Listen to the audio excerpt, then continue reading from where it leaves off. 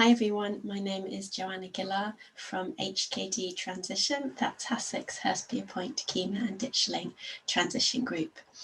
We'd like to share with you a video that we made with myself, storyteller, and Emma Evans, who's the Forest School leader at Ditchling School, and the video is exploring things that you can do and stories that you can tell with kids outdoors during the autumn. We hope that you enjoy it. Primary school, and I've got some activities to share with you tonight for doing in autumn, which is a wonderful time of year to be in nature. The first thing I would like to talk about is mindfulness. I don't know if any of you are aware of it, practice it maybe. It's something that I do at school with all the children. They're from age 2 to 11, and you just vary the activity and everyone can benefit from it, including us. It's a really lovely thing to do. So with children at this time of year, I thought of doing a mindful walk so that we could experience the lovely leaves in autumn. So if you went on a walk, found a lovely patch of crunchy leaves, or you were in a wood, or even in your own garden, whichever age of child you're with, explain what your senses can do if you stop using one of them. So for instance, if you closed your eyes and just focused on gently walking on the leaves and hearing the crunching of the leaves, and then also use your sense of smell, and just without trying to speak, which might sound impossible for a 2-year-old, but they can do it. We do it at school for a limited time. They could try and close their eyes maybe and just be present in that moment of walking and crunching and smelling the lovely autumn air. And don't do it for too long. 2 minutes probably for a 2-year-old would be plenty. And then afterwards, it's really lovely to just sit and talk about what you experienced. A lot of children at school, for some reason, when they do it, they close their eyes. They say that everything is blue when they open them.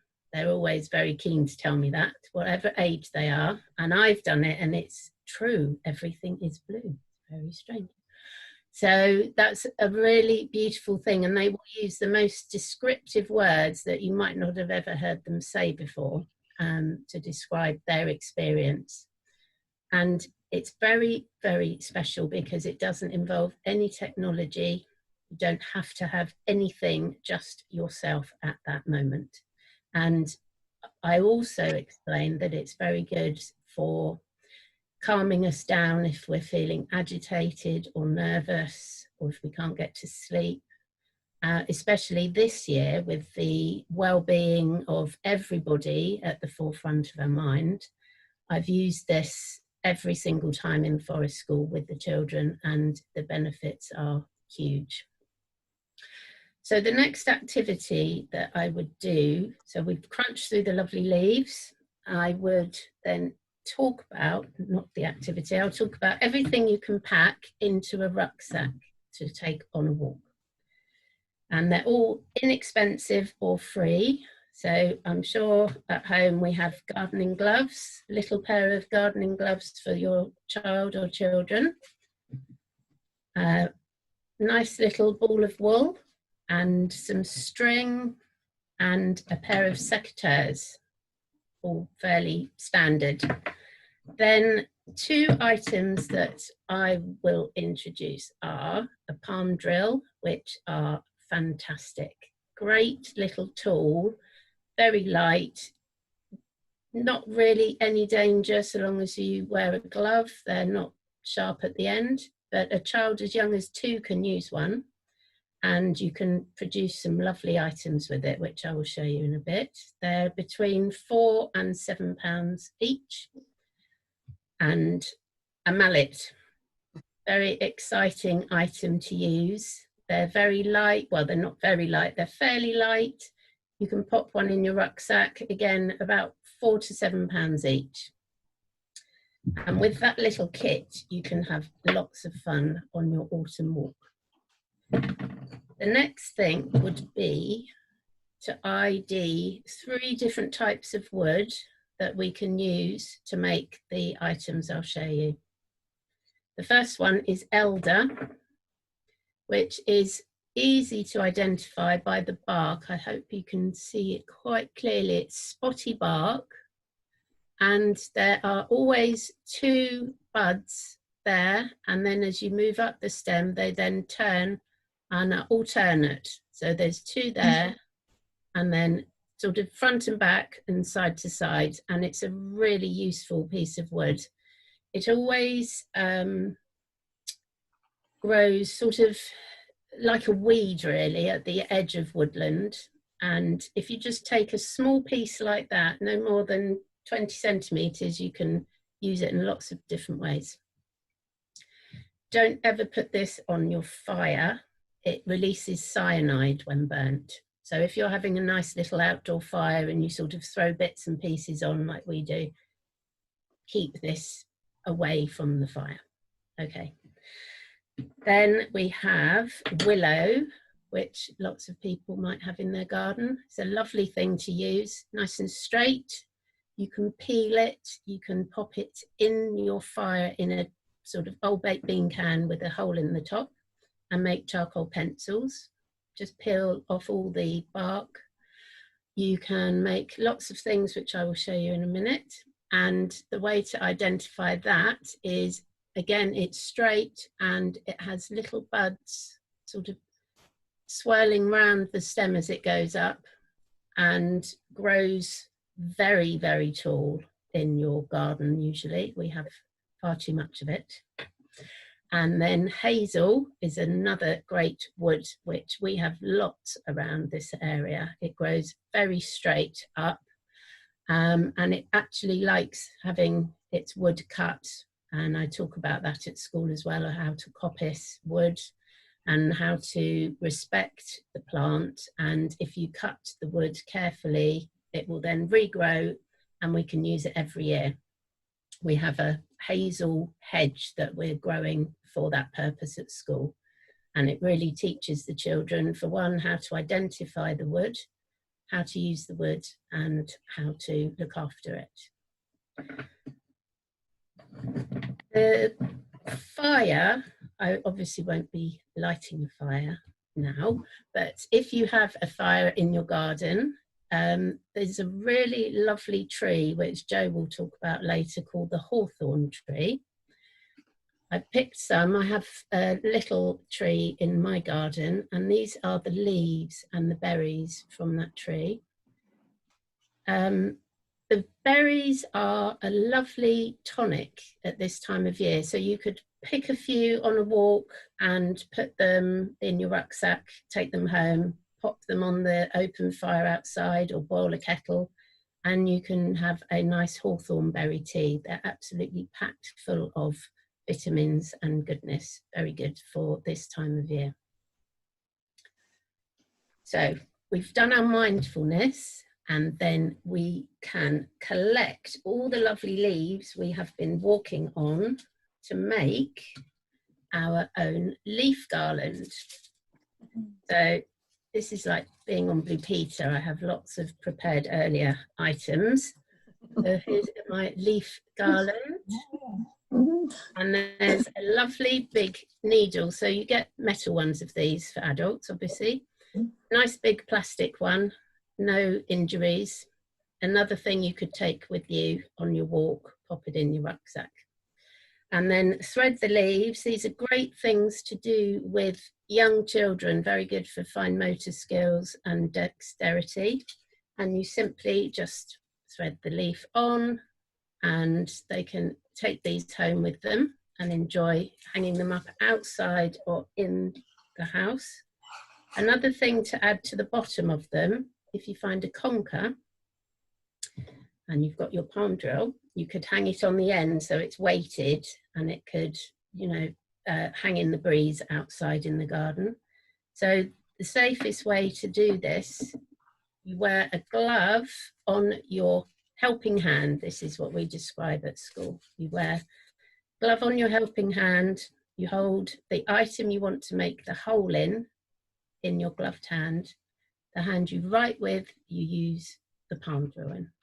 And you simply hold it up so that this drill piece is going to go up towards the sky, out of your hand. Don't hold it inside your hand, otherwise you'll puncture your hand. Don't hold it on your lap, but up towards the sky, and turn it until it pops through the top there.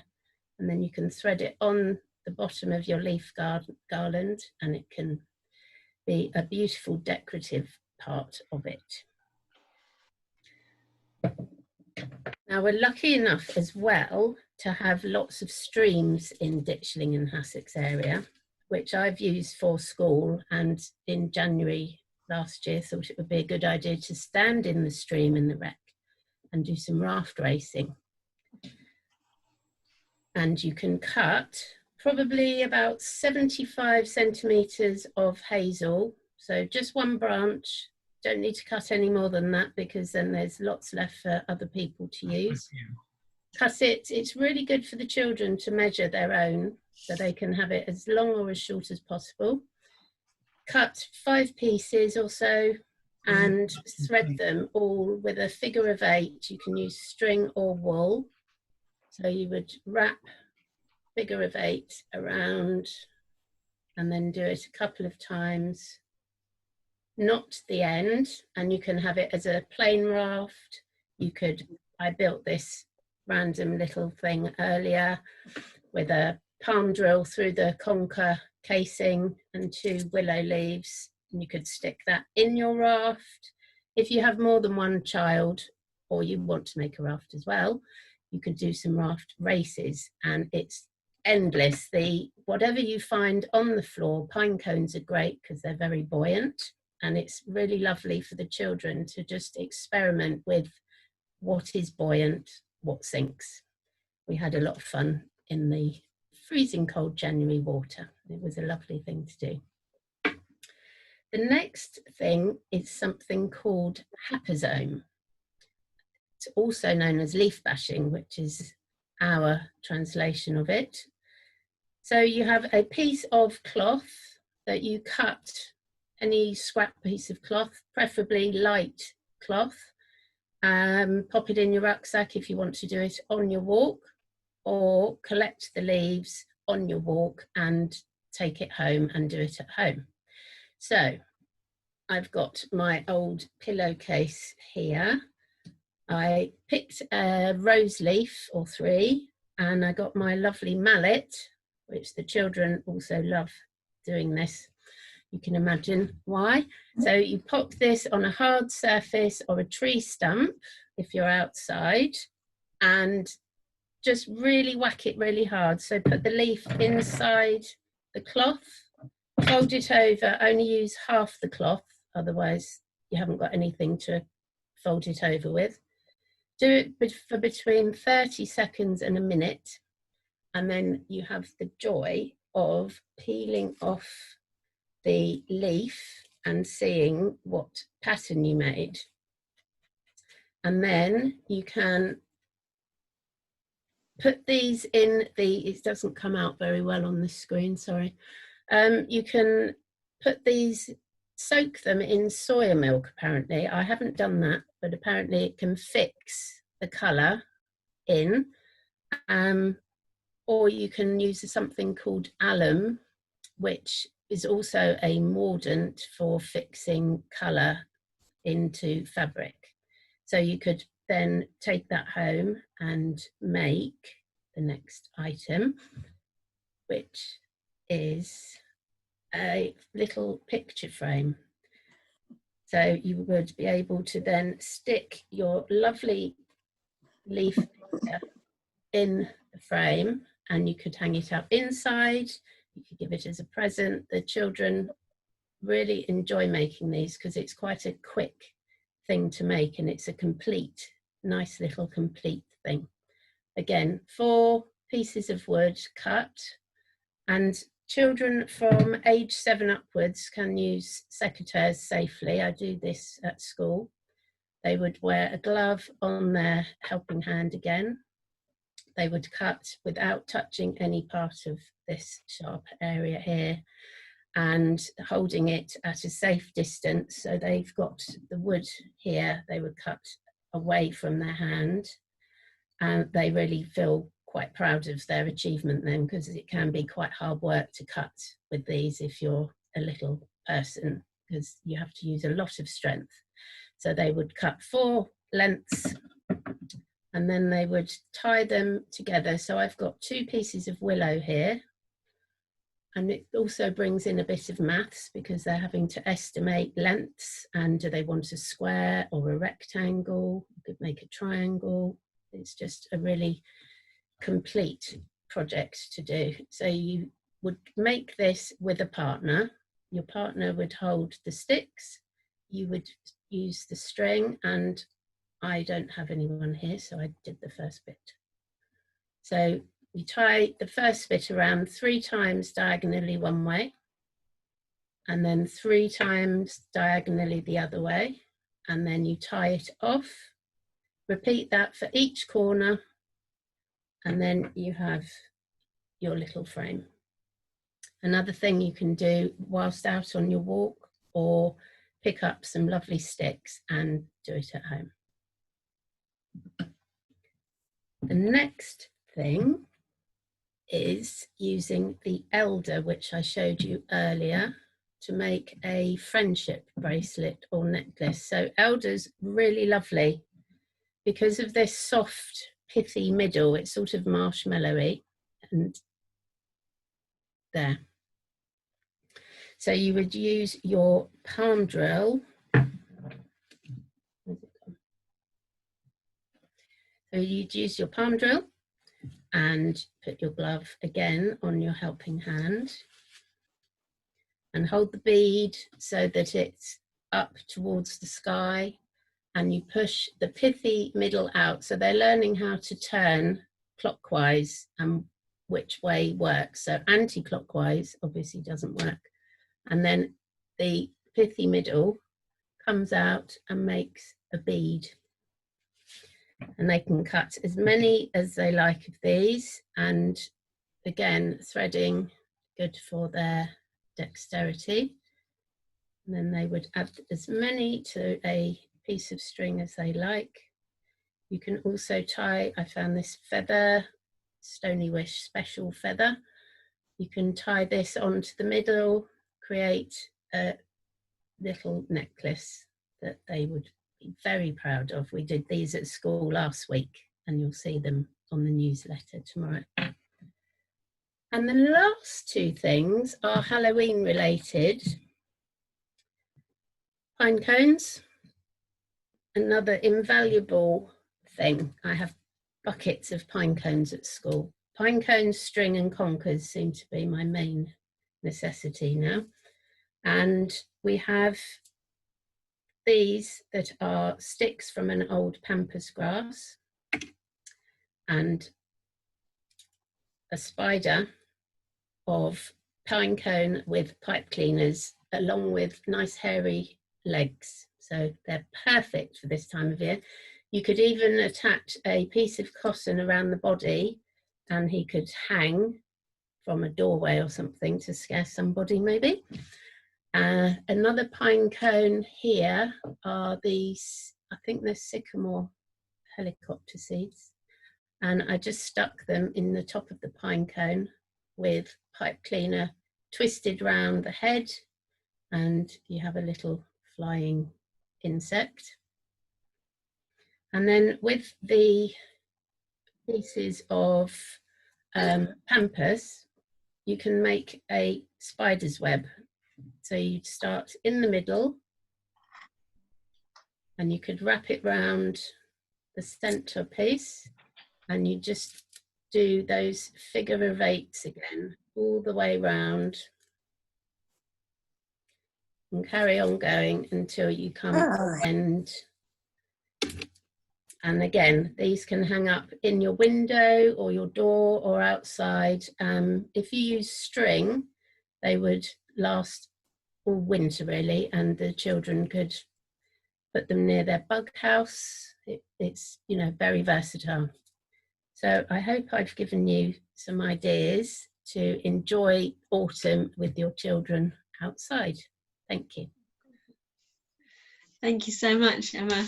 There's so much there that I'm really excited to try with my son. I love the idea of the raft and the making the pine cones. Yeah, it's really inspiring. Thank you. You're welcome. So I'm going to talk a little bit about some of the plants that Emma was talking about, and I'm going to talk about stories as well. Just a reminder that if there's any questions that you'd like to ask us, and a welcome to those of you who've just joined, if there's any questions that you'd like to ask, please put them in the chat and then we will discuss them at the end, or you can just ask us at the end. So I'm going to try and share my screen with you. It's always a bit of a risk, but we'll see what happens. There we go. Right. Does everybody see my screen? Yes, thank you.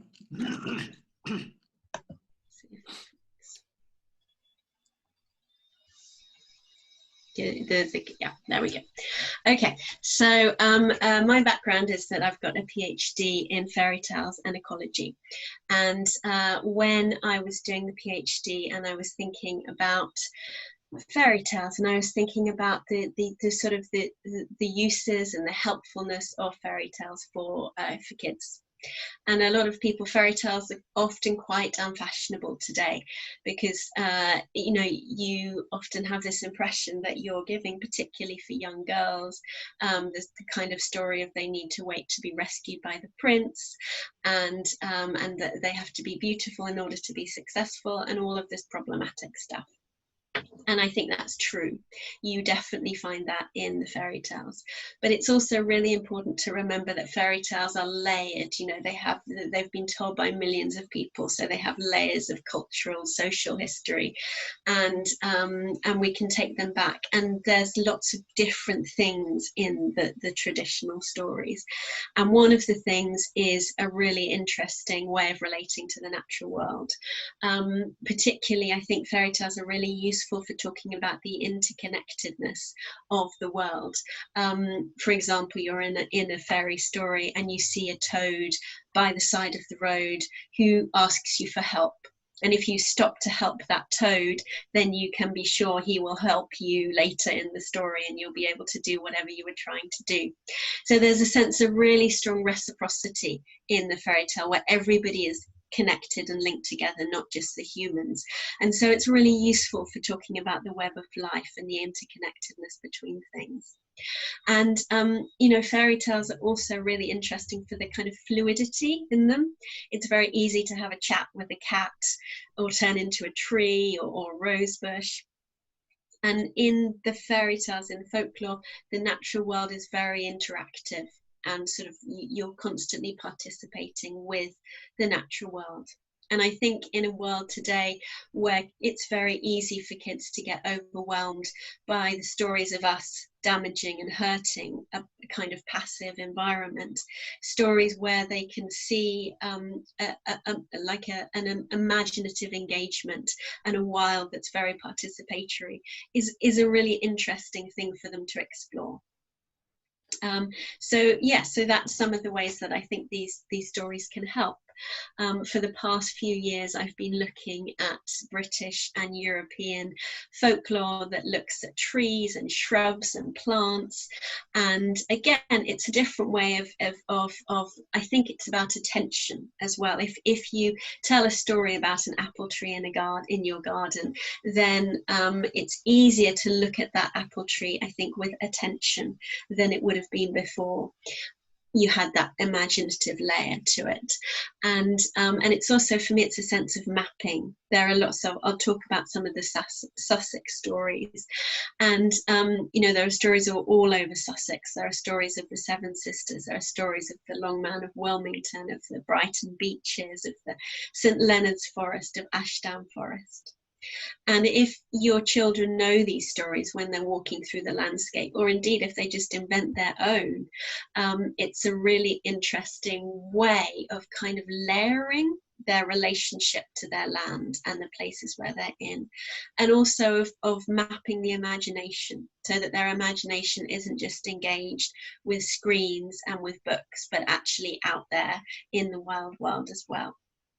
So that's just a little bit of an introduction, and I'd like to share with you some stories today that might be useful when you're out walking in the autumn. So just fill up my computer. Yeah, there we go. So hawthorn. Emma was talking to us about making hawthorn tea by the fire, with the fire. So hawthorn is a really interesting tree for children to get excited by. Those green leaves, you can see those leaves in spring. They used to be called bread and cheese leaves, because the kids, before they had kind of snacks to take to school, they used to chomp on hawthorn leaves, on fresh hawthorn leaves, as they were going to school, because they're very delicious and nutritious, hawthorn leaves. The berries, of course, in the autumn, as Emma said, you can use them to make a tonic and a tea. Now, there's a really interesting legend about a hawthorn tree, which is that hawthorn trees might have treasure buried beneath them. And I think it's a really interesting way of getting kids to discuss treasure. What is the treasure? Is the treasure the berries, or is the treasure something buried underneath the tree? And there's a beautiful British story called The Pedlar of Swaffham, which is a great way to introduce children to the idea of treasure beneath a hawthorn tree. And I'm going to tell you some of the stories. I'm going to just reference the other stories, but if you want to hear more about any of the stories that I'm talking about, you can ask me afterwards. But I'll tell you about the Pedlar of Swaffham. So this is he, and he was a peddler, surprisingly, in Swaffham a long time ago, and he had a dream. And the dream of that peddler was that he was told by a man in a red coat that he needed to go to London Bridge. And he woke up after this dream and he said to his wife, "I've had this dream that I need to go to London Bridge." And his wife said, "Well, you know, sounds like a nice dream. Let's get on with our day. We've got lots of work to do." But he couldn't stop thinking about this dream. So eventually he went to the priest and he said to the priest, "Look, I've had this dream that I really need to go to London Bridge." And the priest said, "Well, you know, dreams, there's no point following dreams. If you want to dream something useful, why don't you dream about how we can fix this church that's been devastated by the storm, and I don't have a place to shepherd to look after the town. So try and dream about that and forget about London Bridge." So the Pedlar of Swaffham tried to go back to work, but he just couldn't stop thinking about London Bridge. And eventually he went back to his wife and he said, I think I just need to go to London Bridge.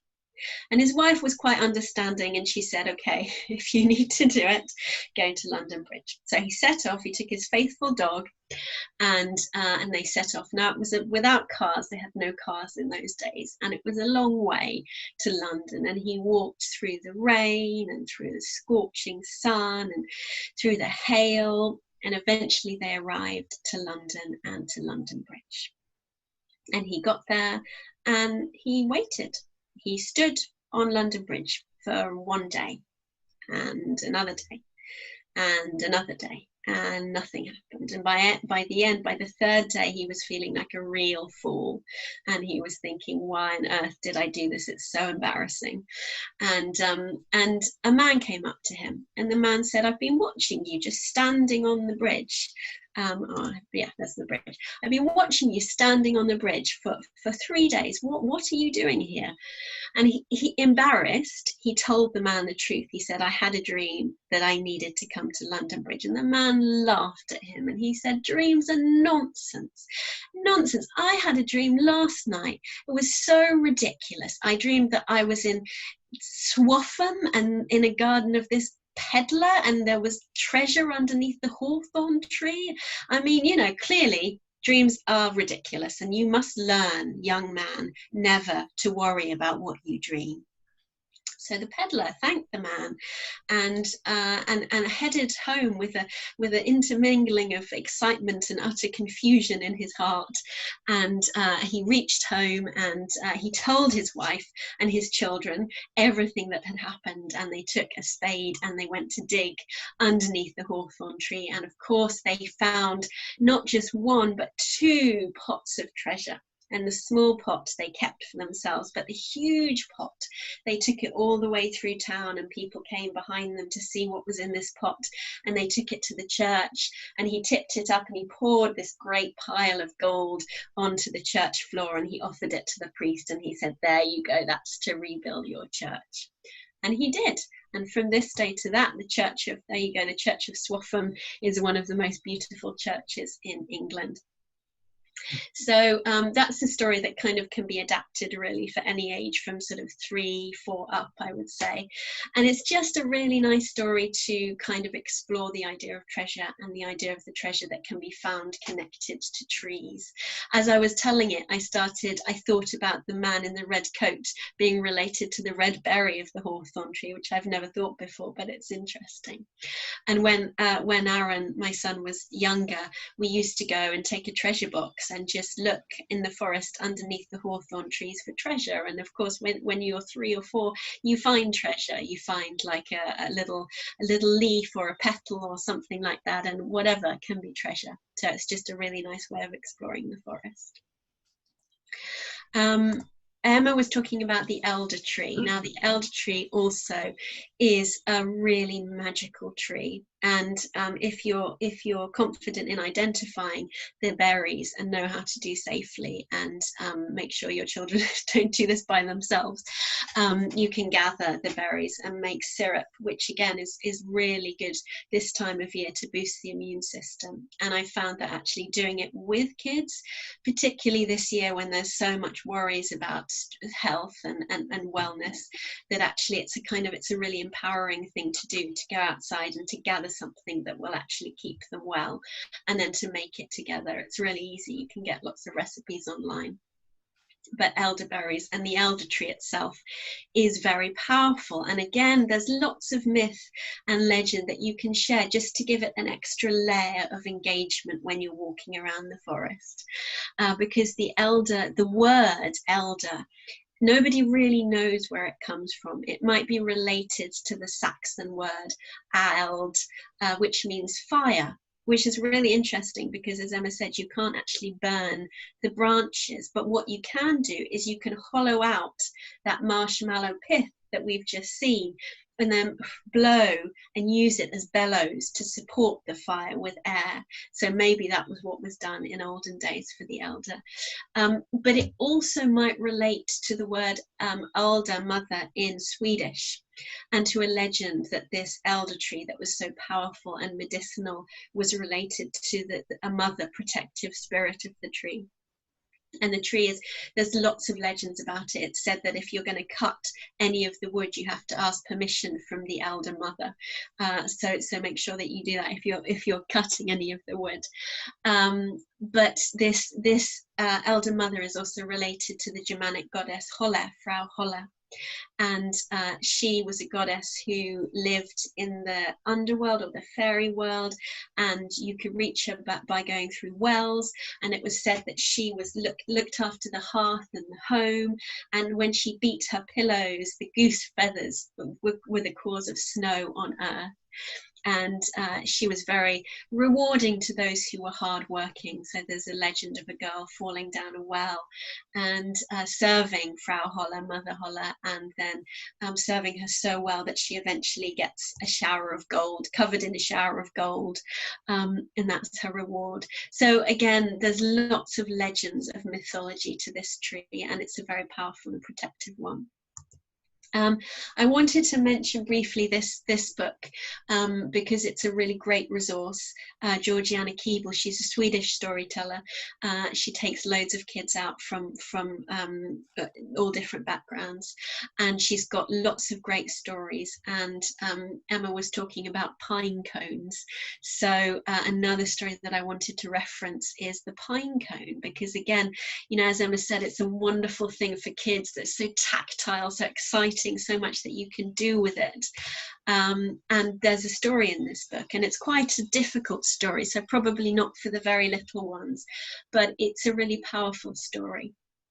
And basically what happens is that there's a girl who lives really happily with her mother and her father in a cottage, and in their garden they have a huge tree. And one day her mother and father tell the girl that they're ill and they're going to die. And they tell her never to lose faith in the tree, because the tree will look after her. And eventually they do die, and the girl is bereft, but she goes outside into the garden and she sits underneath this great tree. And she finds a kind of peace in the tree. She feels like the tree is saying, I will look after you. And she feels very peaceful. Unfortunately, she has really nasty neighbours. And these neighbours come, and they haven't cared about this family, and what they do is they plunder the house and they take away the furniture.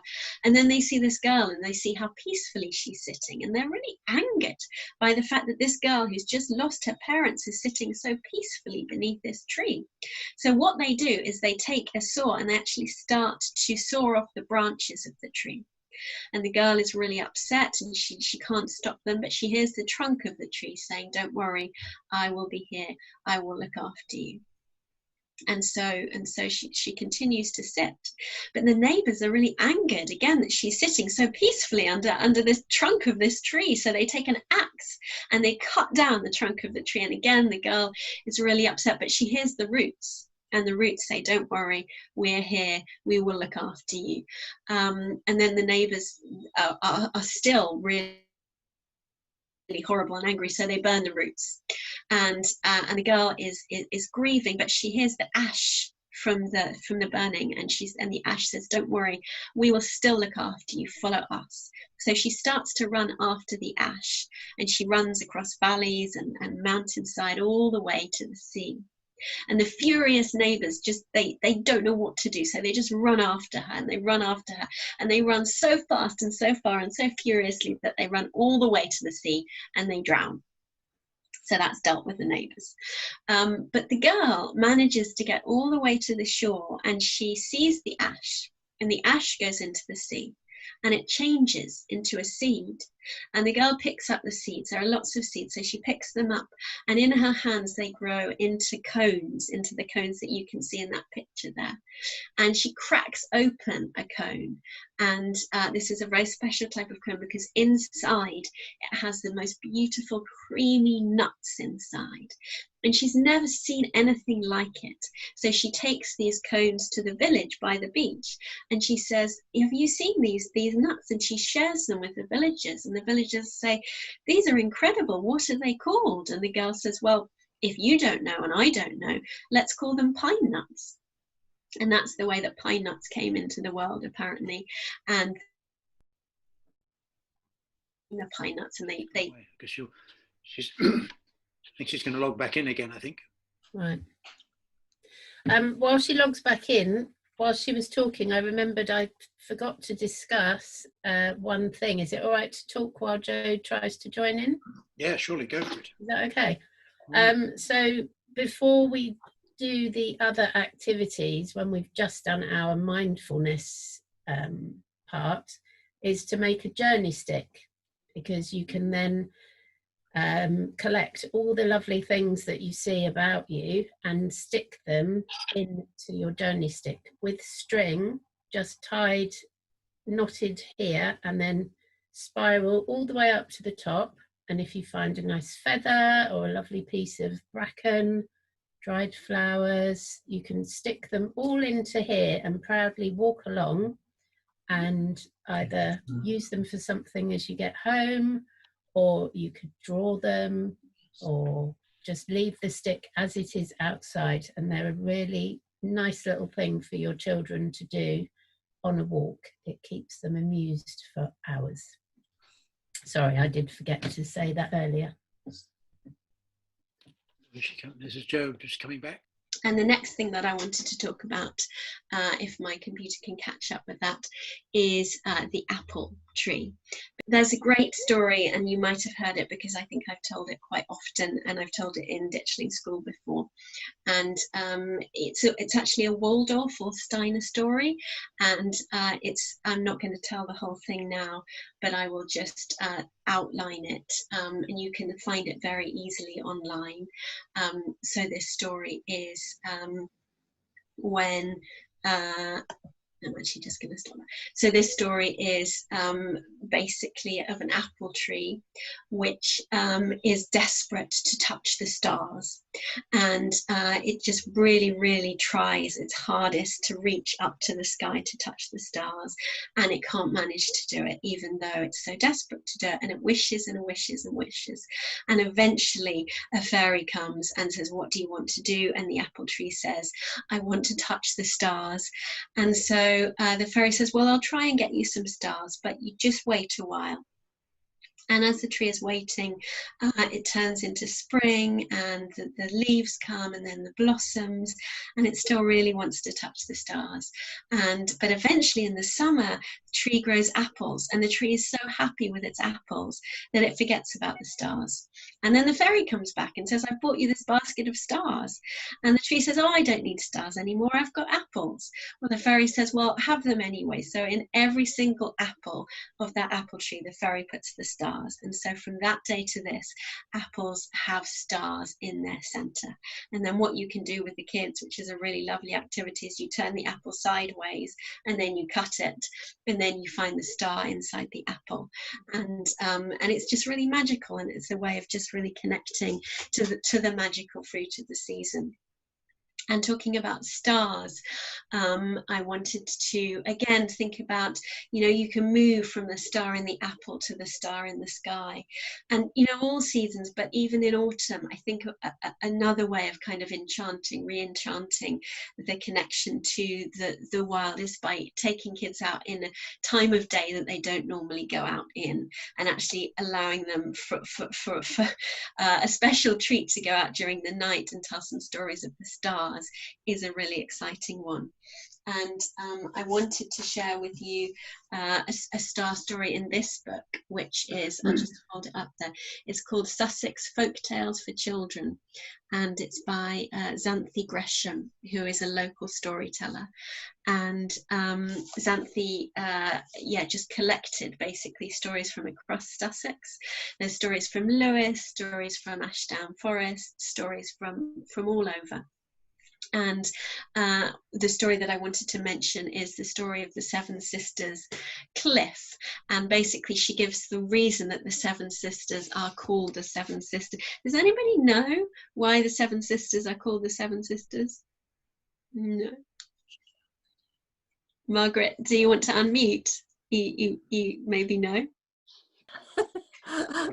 No, I don't know, Jo, though I've often wondered. Okay, well, there are seven. Counted them many a time. There are 7 of them, exactly. So what Xanthe did, well, I don't think anyone knows, to be honest, but what Xanthe did was she gathered legends, both local legends and legends from across the world, to give an answer, it's a wonderful mythical answer. And again, I'm not going to tell you the whole story because we don't have time, but basically it involves a shepherd who's lonely, and he has no family, nobody to look after him, and to cheer himself up he makes himself a belt with 3 buckles on it, and he wears this belt every day to remind himself that life is good. And eventually he is rescuing a sheep from the top of the first cliff of the Seven Sisters, because he's a shepherd in Cuckmere, and he sees dancing, and he realizes that the 7 sisters are actually the dancing paths for 7 star sisters that come down from the sky and dance on them. And he falls in love with the youngest sister, and he falls in love, and he stretches out his hand, and she comes with him, and he takes her to his home, and he invites her to stay with him, and she stays with him, and she says, I will stay with you, but you must never mention my sisters or my dancing. And of course, in stories, as so often happens when you make a promise like that, you can't keep it. So eventually he loses her by mentioning her sisters and her dancing. but then he's so brokenhearted. He looks and he looks and he looks for this star girl, and eventually he lies down at the top of the cliff, and he looks up and he sees the Pleiades, and he sees the 7 sisters of the Pleiades, and he sees his girl there, and she sees him, and she stretches down her hands and she brings him up to the heavens, and he becomes the faithful shepherd, or Orion. And there you can still see his 3 stars as Orion's belt. And that, according to Xanthe, is the story of the 7 Sisters Cliff. And I think, again, it's a really fun story. It's a story because it gets the kids looking up, looking around them, and it answers a question. You know, we went there the other month and Aaron said, why are they called the 7 Sisters? So even though this is actually a contemporary sort of a collation of legends, it's really nice to have an answer there. So that was some of the stories that I wanted to kind of talk about, and I'm going to finish with one more, because Emma was talking about leaves and making a leaf garland, and autumn is really the time to pay attention to the leaves. And I think this last story, it's quite short, is one that kind of helps us to pay attention to the leaves and the turning of their colour. So basically, once upon a time, there was an oak tree, and this oak tree was absolutely bright green. In fact, it might have been the brightest green oak tree that has ever been seen on earth. It was really proud of its oak leaves. It was really proud, and the leaves themselves were really proud of their green. And one little leaf was so proud that he decided that he was going to stay green forever. He was just going to be green for the rest of time. Whatever else happens, whatever changes happens, he would always be a green leaf. Now the summer turned slowly into the autumn. The sun got a bit duller, a bit more chilled. The wind began to come and the rain began to come. And the little green leaf could feel around him a kind of whisper of change. And slowly the leaves around him started to get a bit more crinkly. And some of the leaves started to whisper, say, oh, autumn's coming. Can you feel it in your veins? Can you feel the colours rising? And the little green leaf said, no, I'm going to stay green. And then he heard the tree, and that oak tree was saying, can you feel the autumn? Can you feel the colours changing? And the little green leaf said, no, I'm staying green. But all the leaves around him started to change into beautiful reds and golds and yellows and orange, and then they started to fall to the ground. But the little green leaf, he was stubborn, and he hung on to that branch because he was going to stay green. And eventually, one night, a great storm came. And the storm came with thunder, and it came with lightning, and all of the other leaves got blown off the tree, and in a great cloud of swirling leaves, they got blown off, and the little green leaf was by himself on an empty tree, and suddenly he felt really lonely. And there was a great flash of lightning. Excuse me, and all the other leaves that had fallen from the tree swirled and twisted and turned until they became a great golden dragon. And that great golden dragon flew underneath the tree and waited. And the little leaf looked down and he let go. And he drifted down and he joined that great golden dragon. And he became part of the colours of autumn. And the golden dragon flew off into the autumn, into the rest of the autumn storm. So that's the last story that I wanted to share with you. It's just a really fun one. It's great for kids because you can just really emphasize the leaf wanting to keep his color, keep his green, and it's really fun to do outside when you can. I actually did it in an event that I ran, and I got all lots of different colored scarves, and the kids were kind of shaking the scarves to represent the different colors of the leaves. And this was actually a story, it's not a traditional story, it's one that my son and I invented last autumn when we were walking through the forest. And again, that's the kind of the thing I want to end with, this idea that the more stories that kids get immersed in, then it becomes a sort of imaginative conversation and stories come up. And I think, you know, there's so much on screen, and also even on the page. I think it's so important just to have ways, particularly at the moment, to get kids, as Emma was saying, to get kids' imagination also connected to what's going on outside and what's going on around them. So hopefully that's given you some inspiration for imaginative conversation around the autumn. So it's dead on 8:30, so that's good. So if anybody has any questions, Emma and I would love to have a conversation, if anyone has anything to share. So we've got the person that's mysteriously called Tom Bailey. She says she has to run. I think she asked a question that you've already answered, I think, Jo. Is there a book resource you could point to? Okay. Old folklore stories related to the Sussex locations. So in effect, yeah, I can say a bit more about that, even though she's gone. There's a video, so she might see it on the video, and other people might be interested. So this is a great one. I'd really recommend this one. There's for Sussex Tales. There's also a book by a man called Michael O'Leary, who's again a contemporary storyteller. I don't like it so much, but if you're looking for Sussex folklore, it's good to kind of add to the collection. And then Jacqueline Simpson. I don't know if anyone knows Jacqueline Simpson. She's an amazing folklorist who lives in Worthing, and she's actually she was Terry Pratchett's official folklorist, but she also she's collected, I don't know if I've got it here, but she's collected legends and folk traditions across Sussex, and that's quite fun to read. You wouldn't give it to kids, but to read for yourself, to kind of talk about. It's more customs, but it's just really fun, you know, to talk to about the kids, like to talk to with the kids about it. So for example, the old Sussex idea that you can't pick blackberries after the first frost because the devil has spat on them, and you know, all of these things just again gives different imaginative layer to what's around us. And then definitely this one is really good for general outdoor storytelling. And another one I was going to mention, which I didn't have time to, is this one, which is actually really fun. And yeah, it's the wrong way around now, but it's The Riddle in the Tale, by somebody called Taffy Thomas.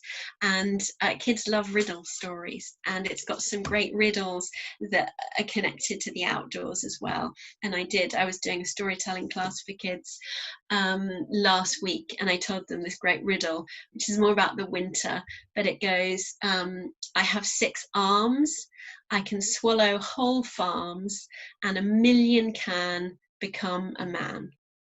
I have 6 arms, I can swallow whole farms, and 1,000,000 can become a man. Any ideas? Snowflake. Yes, exactly. Brilliant. So again, that's really fun for kids because it's a little thing which gets them thinking differently about what's around them. So that's a really good one. There's also, I could go on about this all day, so you'll have to stop me, but these ones are really good as well. This is one of my favorites.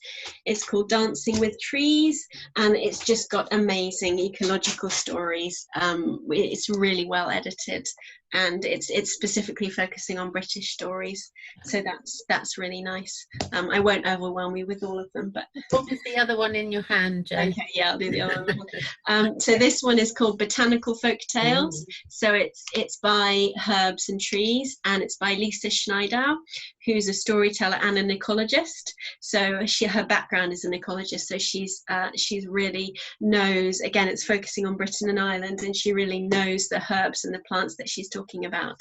And again, it's a really interesting collection. So those are some books to explore. Somebody's just joining us right at That sounds fantastic. Taryn Rory. So what sort of... Can I say something? Oh, sorry. Can I say something? Yes, of course. I wasn't sure whether I was muted or not. Can I be terribly old-fashioned? But when I was a child, the books that fascinated me above everything was Kipling's Sussex stories, Puckapook's Hill, Rewards and Fairies. And I still read them and I still love them. Beautifully written, centered mainly on Bateman's, where he used to live. And Puck is the fairy who emerges when the children are rehearsing Midsummer Night's Dream on Midsummer Nights, and he takes them back into Sussex history. And a lot of the stories are based on various happenings in Sussex, the Battle of Hastings and things like that, and lesser known events in Sussex, but have been obviously very carefully researched, because years and years later, I've come across references to them and double-checked their authenticity. But I know Kipling's no longer fashionable, but I still love him. They are wonderful books, aren't they? And Bateman's is a lovely place to visit with the kids, and they kind of, I don't know if you've been there recently, Margaret, but they kind of, I think they, as far as I can remember, they work with the magic of Kipling's stories. So they have kind of little houses for fairies, and it's a very fairy place. So yeah, no, thank you. I definitely second that as exploring the magic of Sussex. Definitely Kipling's Sussex stories are amazing. They had an exhibition, it was a couple of years ago, they had an exhibition of trying to remember, it was illustrations from Kipling, but it was connected with another really well-known artist. I can't remember now, but yeah, it was really inspiring. And Kipling's fairies weren't fairies like you read of in fairy stories with, pretty rings and frilly dresses. They're wild people, the wild people of the hills very often. Yes. And they're pretty vicious as well at times. Yeah, it's a whole different approach to fairies. Definitely. Emma, I was going to ask, so I'm really inspired by the tools that you have that kids can use, because we don't, Aaron uses scissors, but I just can imagine how much he would love using that drill, and it just hadn't occurred to me before that actually for little ones it's really safe. So yeah, are there any other tools that you would recommend, or is there anything more to say about that, and I guess to say about the safety of it? So the palm drill can do a huge amount of tricks.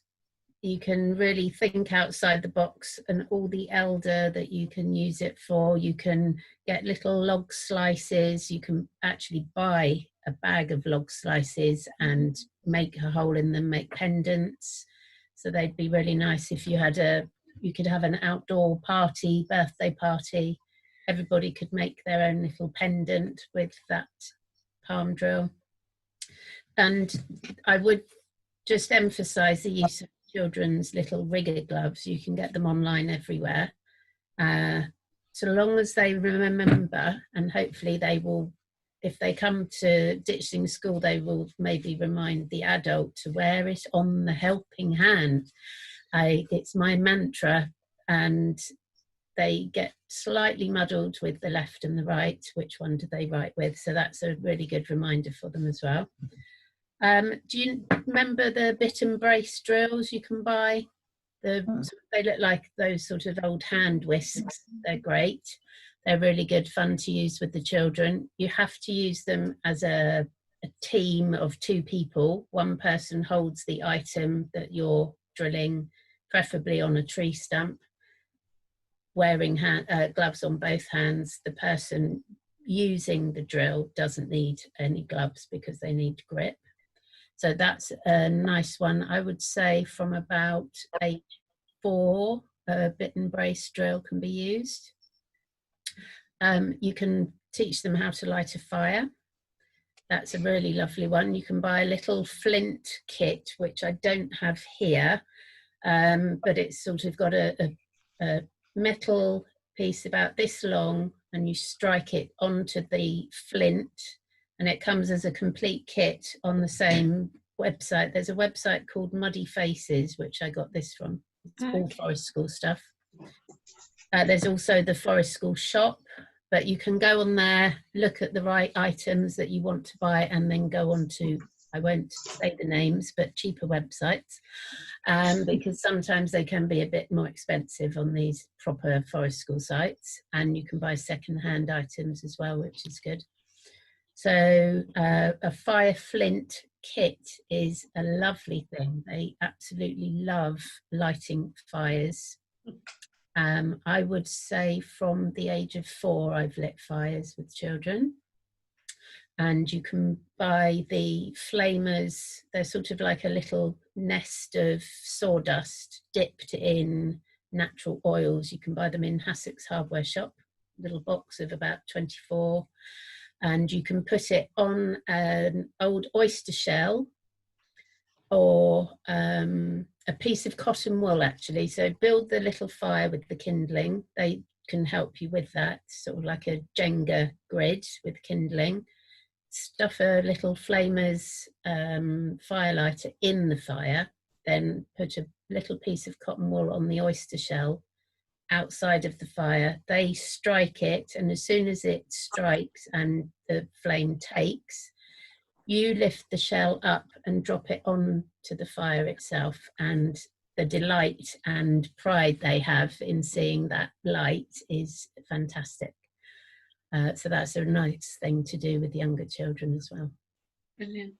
I can just, because I can see, you know, how often the kids get frustrated by seeing adults handling all these complex and exciting instruments and tools. Yeah. So the idea of actually, you know, empowering them to use their own, and it's also, you know, actually starting them young and teaching them how to use it safely is the best way to do it, isn't it? I think so.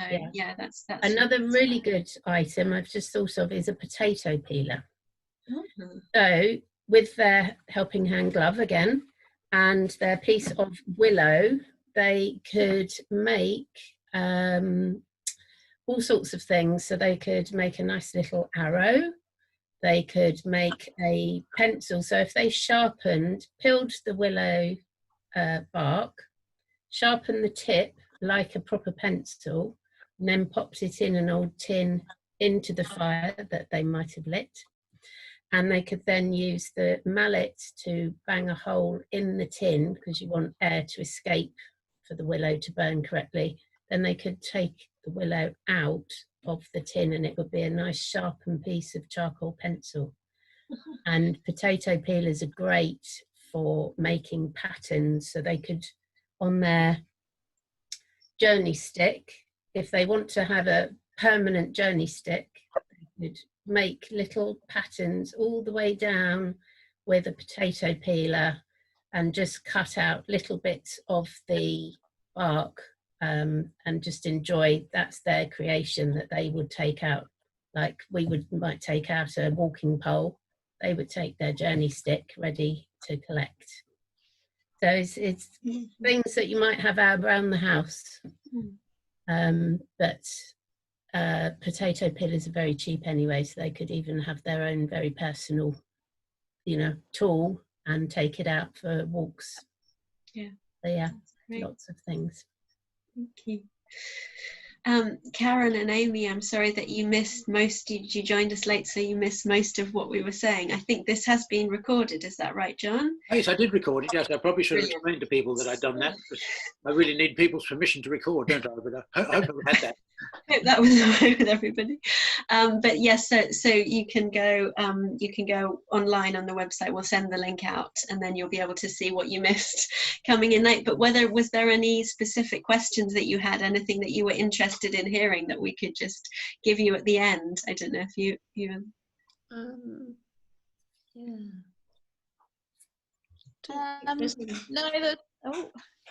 No, there was no questions from us. Sorry we were late joining. Just getting our little boy into bed is always a bit of a challenge. That's all right, no worries. But we just thought we'd log on and just catch the end. But that was really interesting, just hearing about the tools. So no, that was great, and we'll try and catch up on the website. Awesome. Well, thanks for coming anyway. Yeah, sorry we're late. We actually end up watching the kids do forest school over the fence. Okay. So Finley's well well prepared to get stuck in when he's old enough. I look forward to meeting him. Yeah, we've seen your campfire. Yeah.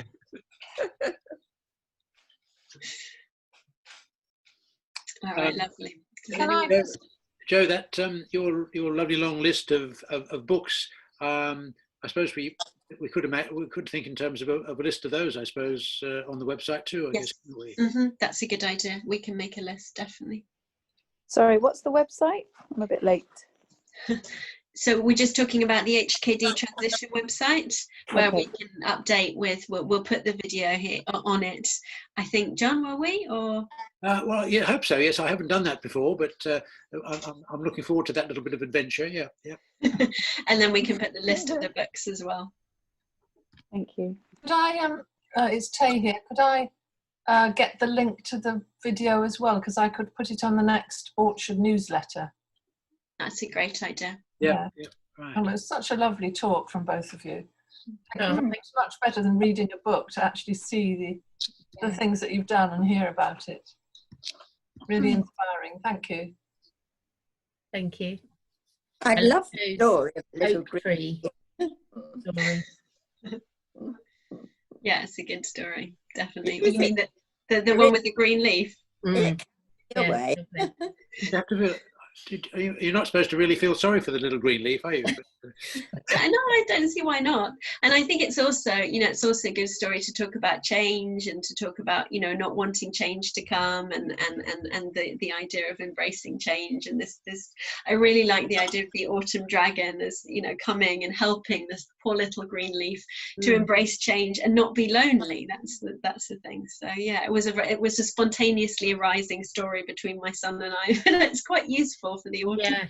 Yeah, definitely, especially at the moment. Yeah, exactly. Exactly. That sounds great. I'll definitely check out this list that you're going to put up. Shall I add those website names as well for the forest school items? That would be great. Okay. Yeah, that would be great. How would I do that? Do I? If you message me, and then Okay. I can make a list, and then we can put it all up. Fine. Okay. All right. Okay, well, thank you so much everyone for coming, and it's been really great to see you all here. And I have been reminded to remind you all that from HKD we've got the Repair Cafe coming up in Sussex. It's a new Repair Cafe that's only been going for a few months, and I think it's on Saturday. Is that right, John? Well, actually, we are due to have just a trial run this month, but actually the target for the first Repair Cafe is actually the November market day in Sussex. Great. Okay. But we're now beginning to wonder whether that actually is going to work, with the new restrictions and all the new concerns. So there's a bit of a question mark hanging over it. But at the moment, we're still planning on that. But there will be a lot of publicity, and there's a rather splendid new Facebook page that's been started up, dedicated to the Repair Cafe, and that'll be the way of people, because at the when it first starts, we won't really have the opportunity for it to run like a conventional Repair Cafe. It's part of the fun is everybody sort of piling in and having a thoroughly fun social morning. Because with all this social distancing stuff, we're going to have to get people to book things in and just come along in ones and twos, so that we can keep everything under control and socially distance and so on.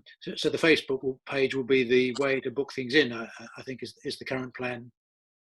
Yeah. So that, yes, hopefully you can find that. There will be links to the Facebook page, on our usual sort of Sussex and Ditchling pages. So hopefully that'll be, people will find that fairly easy to find. And that'll be the place, with the developing news will be posted. Yes, and the next lockdown lounge will be the amazing Laurie talking about wildlife local wildlife and rewilding and making space for local wildlife, which will be amazing. So that, again, all the details of that are on the website and will be distributed on all of the social media. All right, I think that's all. So yeah, just again, Shall I just also mention, perhaps to Karen and Amy, if you do fancy keeping track of what's going on with HKD transition, there is a monthly newsletter that's always got lots of interesting stuff in that just comes by email. So if you go onto our website, it's just I put a link there. I get that. Yeah. Yes, sir. Oh, you get that already? Okay, yeah. Yeah. So there's a sign up place on the website, you know, where you can sign up. But it sounds like you've already found that. Thank you. Yeah. Check it out. It's very good. All right, everybody, thank you so much for coming, and just enjoy. Hope that it's been inspiring to go out and enjoy the autumn. So thank you very much, everyone. See you soon. Thanks very much, Emma. Bye. Appreciate it. All very interesting. Thanks very much.